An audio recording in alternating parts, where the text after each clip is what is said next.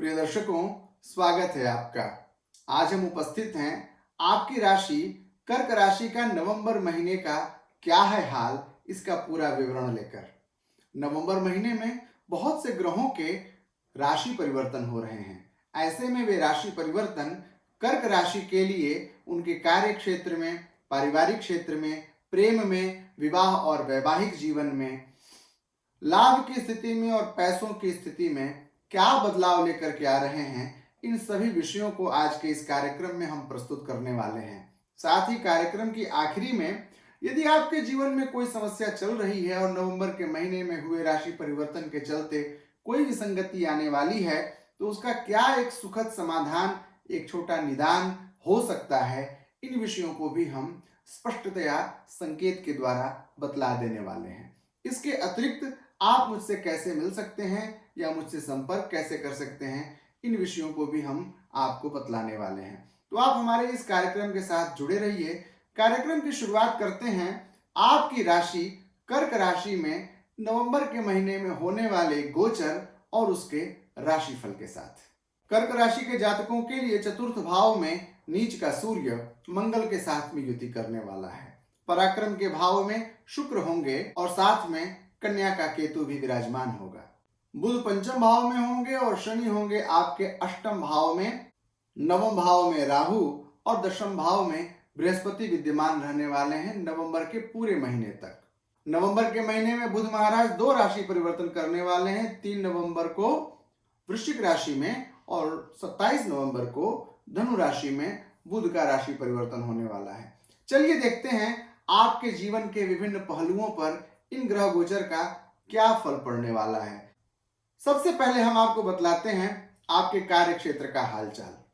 आप यदि private job में हैं, सरकारी नौकरी में हैं या फिर आपका निजी व्यवसाय है, आप सेल्फ एम्प्लॉयड हैं, तो आपके लिए यह समय सप्तम भाव के स्वामी शनि के अष्टम भाव में होने के कारण थोड़ा प्रतिकूल होने वाला है। शनि अष्टम भाव में होकर के स्वास्थ्य की विसंगति भी देने वाले हैं और सप्तम भाव यानी व्यापार का भाव, रोजी रोजगार का भाव है और वह अष्टम भाव में जाकर के व्यापारी वर्ग के लिए प्रतिकूल स्थिति को दे रहा है। यदि आप प्राइवेट सेक्टर में जॉब कर रहे हैं या फिर आपकी सरकारी नौकरी है, तो दशम भाव में मेष का बृहस्पति स्थान हानि करो जीवः इस सूत्र के अनुसार स्थान की हानि कर रहा है, यानी आजीविका के अवसर और आजीविका के क्षेत्र में आपको परेशानी प्रदान कर रहा है। बृहस्पति महाराज दशम भाव में स्थित होकर के कर्क राशि के जातकों के लिए आजीविका के क्षेत्र में, कार्य क्षेत्र में, आर्थिक क्षेत्र में, व्यवसाय के क्षेत्र में बंधन की स्थिति उत्पन्न कर रहे हैं, मुसीबत में डालने वाले हैं। तो थोड़ा यह महीना आपके लिए कार्य क्षेत्र को लेकर के संशय भरा, तकलीफ देह हो सकता है। इस पर आपको विचार करके चलना होगा। भाग्य के स्थान में राहु का बैठना आपके आर्थिक स्थिति को प्रतिकूलता प्रदान कर रहा है। साथ ही नीच का सूर्य चतुर्थ भाव में मंगल के साथ में गोचर कर रहा है। यह भी आपके सुख सुविधा और आर्थिक संदर्भों को प्रतिबाधित कर रहा है। व्यापार की स्थिति तो मैंने बताया ही कि प्रतिकूलता को प्राप्त हो चुकी रहेगी नवंबर के महीने में। तो इसलिए आर्थिक संदर्भ कर्क राशि के जातकों के लिए नवंबर के महीने में शुभ होता नहीं दिख रहा है। ऐसे में कर्ज की स्थिति बढ़ सकती है और शनि के अष्टम भाव में होने के कारण न्यायिक समस्याएं भी हो सकती हैं। लीगल इश्यूज भी आपके साथ में क्रिएट हो सकते हैं। तो ऐसी गतिविधियां यदि आपके साथ में हो रही हैं, तो इसका क्या निदान है, इस कार्यक्रम के आखिरी में हम बतलाने वाले हैं। आप बिल्कुल तनाव मत लीजिए। इन सारे प्रभाव को एकदम न्यून कैसे किया जा सकता है, इन विषयों पर हम प्रकाश डालेंगे इस कार्यक्रम के आखिरी में, एक बहुत सुंदर छोटा सा उपाय बतलाकर। और अब बात करते हैं कर्क राशि के स्वास्थ्य के संदर्भ में। केतु महाराज शुक्र के साथ में तृतीय भाव में स्थित हैं। तृतीय भाव में केतु का होना आपके पैसों का खर्च होना स्वास्थ्य पर बतलाता है। स्वास्थ्य के संदर्भों में आपके अधिकाधिक पैसों का खर्च होने का संकेत देता है केतु। साथ ही सूर्य का चतुर्थ भाव में नीच होकर के मंगल के साथ में युति करना नाना प्रकार के कष्ट को देता है, हृदय संबंधित विकारों को देता है, रक्तचाप संबंधित विसंगतियों को देता है। उच्च रक्तचाप मस्तिष्क तथा हृदय से संबंधित रोगों को व्यक्त करता है।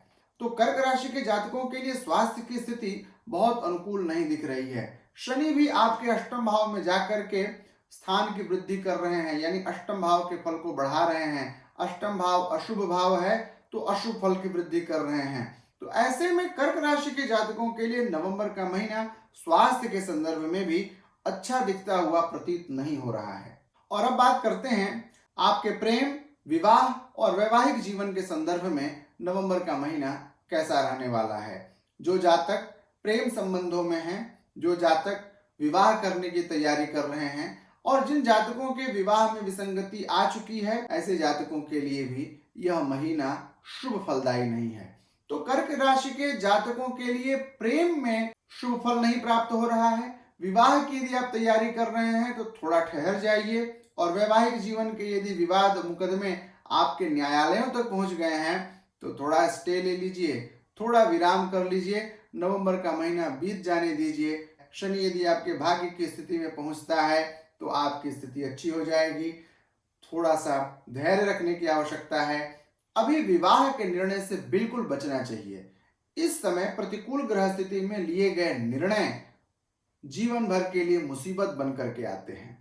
इसलिए आंधी आवे बैठ गंवावे, यह कर्क राशि के जातकों के लिए विपरीत समय है। इसलिए इस समय थोड़े धैर्य की आवश्यकता है। अभी किसी भी प्रकार के महत्वपूर्ण निर्णय, आर्थिक हो, सामाजिक हो, व्यावसायिक हो अथवा पारिवारिक हो, महत्वपूर्ण निर्णय लेने से इस समय बचना चाहिए, क्योंकि आपके इष्ट मित्र बंधु बांधव का सहयोग आपको नहीं मिलेगा। आपके अपने परायों जैसा व्यवहार करेंगे। रिश्तेदार हमेशा आपके निंदा और शिकायत में लगे रहेंगे। इसलिए आप थोड़े संयम बरतिए। थोड़े जीवन में आनंद की अपेक्षा रखते हैं तो आप थोड़ी प्रतीक्षा करिए। कर्क राशि के जातकों के लिए नवंबर महीने का राशिफल मैंने अत्यधिक प्रतिकूल कहा है। मेरी दृष्टि में कर्क राशि के जातकों के लिए नवंबर का महीना शुभता को लिए हुए नहीं है।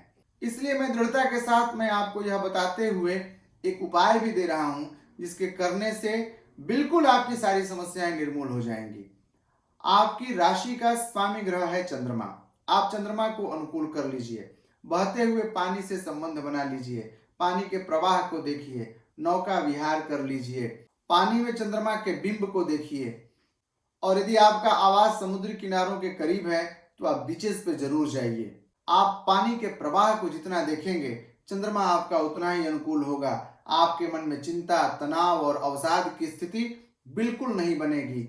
आप भगवान चंद्रमा की पूजा भी कर सकते हैं। उदीयमान चंद्रमा के बिंब का दर्शन एक परात में रखे हुए जल में करते हुए आप यदि दूध की धारा से अर्घ्य देते हैं तो आपके चंद्रदेव आपके लिए शुभ फल लेकर के आएंगे।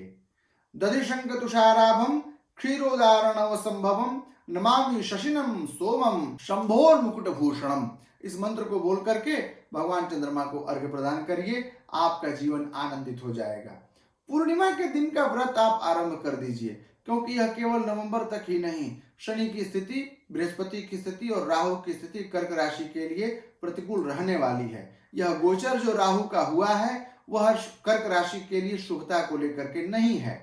तो आप पूर्णिमा का व्रत कर दीजिए। पूर्णिमा महीने में एक ही दिन आती है। पूर्णिमा यानी फुल मून।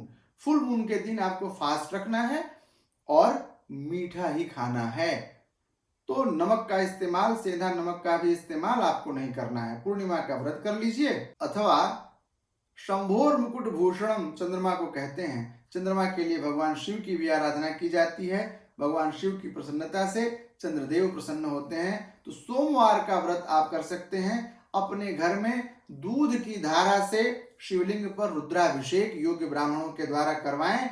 आशा करता हूं कर्क राशि के जातकों के लिए दी गई इतनी जानकारी पर्याप्त होगी।